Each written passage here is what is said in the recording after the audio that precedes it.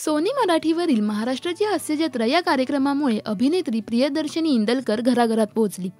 तिचं comedy timing प्रेक्षकांना खूप आवडतं। तर प्रियदर्शनी फुलराणी या चित्रपटात झळकली। यातील तिच्या अभिनयाचं सुद्धा सगळीकडे कौतुक झालं। परंतु NSD मध्ये ऍडमिशन न झाल्यामुळे 1 वर्ष डिप्रेशनमध्ये गेल्याचा खुलासा स्वतः प्रियदर्शनीनेच केलाय। 10वी पासूनच NSD ची स्वप्न मी पाहिली होती। तिथे जाण्यासाठी खूप तयारी केली, पण NSD मध्ये काहीच होऊ शकलं नाही आणि त्यानंतरचं 1 वर्ष माझं डिप्रेशनमध्ये गेलं, असं प्रियदर्शनीने माय महानगर मानिनी या यूट्यूब चॅनेलला दिलेल्या मुलाखतीत म्हटलंय। तर प्रियदर्शनीची फुलराणी चित्रपटातील भूमिका तुम्हाला आवडते का, हे आम्हाला कमेंट्समध्ये नक्की सांगा। मराठी टेलिव्हिजन विश्वातील बातम्या, अपडेट्स आणि गॉसिपसाठी सबस्क्राईब करा राजश्री मराठी शोबज।